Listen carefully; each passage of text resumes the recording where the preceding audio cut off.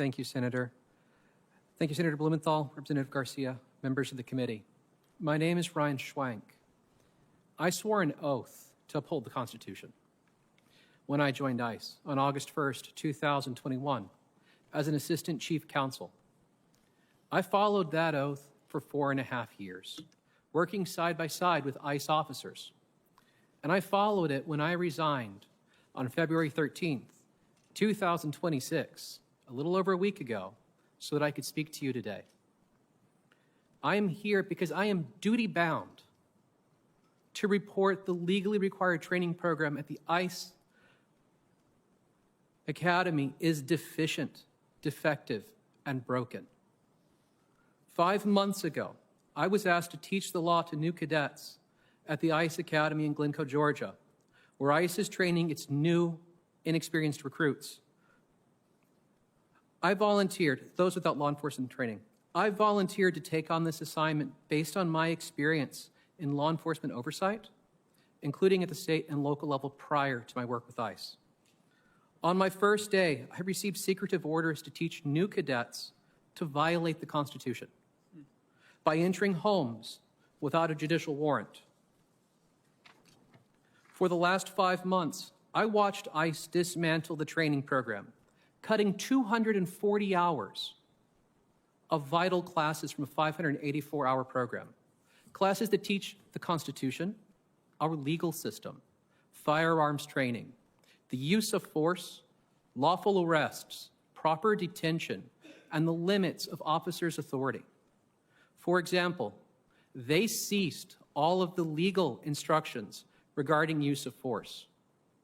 This means that cadets are not taught what it means to be objectively reasonable, the very standard which the law requires them to meet when deciding whether or not to use deadly force. Our jobs as instructors are to teach them so well that they can make split-second decisions about what they can and cannot do in life or death situations. Yet, in the name of churning out an endless stream of officers, DHS leadership has dismantled the academic and practical tests that we need to know if cadets can safely and lawfully perform their job. All to satisfy an administration demanding they train thousands of new officers before the end of the year. DHS told the public that new cadets receive all the training they need to perform their duties, that no critical material or standards have been cut. This is a lie. ICE made the program shorter, and they removed so many essential parts that what remains is a dangerous husk. No reasonable person would believe a training program suddenly cut nearly in half could meet the minimum legal requirements. These aren't abstract rules. They're required in regulations such as 8 CFR 287G1.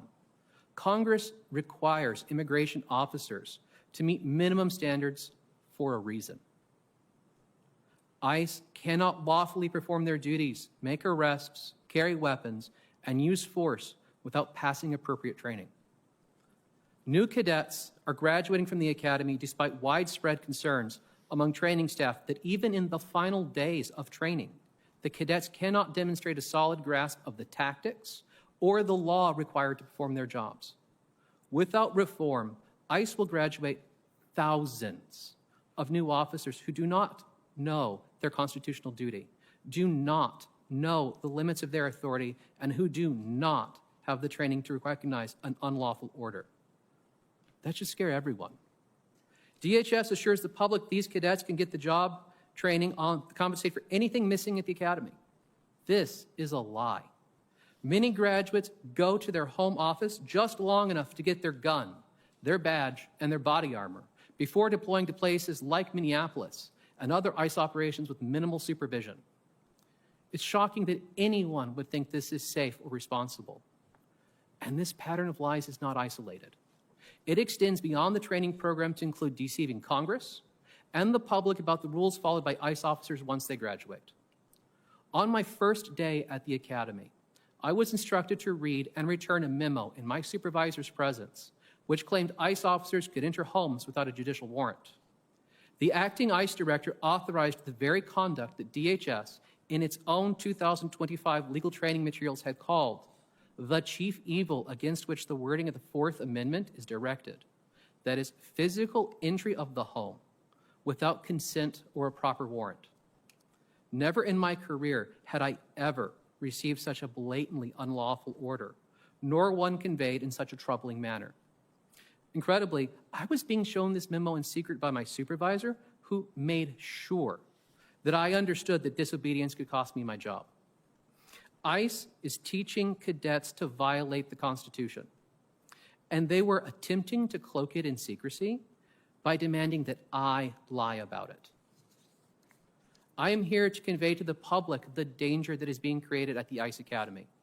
I know from my conversations with many facility members, many of the faculty, that I am not alone in my fear.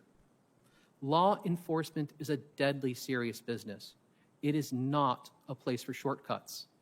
Deficient training can and will get people killed. It can and will lead to unlawful arrests, violations of constitutional rights, and a fundamental loss of public trust in law enforcement. ICE is lying to Congress and the American people about the steps it is taking to ensure its 12,000 new officers faithfully uphold the Constitution and can perform their jobs. I'm grateful for the opportunity to speak to you today and happy to answer any questions you have now or in the future. Thank you for your attention. Thank you, Mr. Schwank. Mr. Brunel.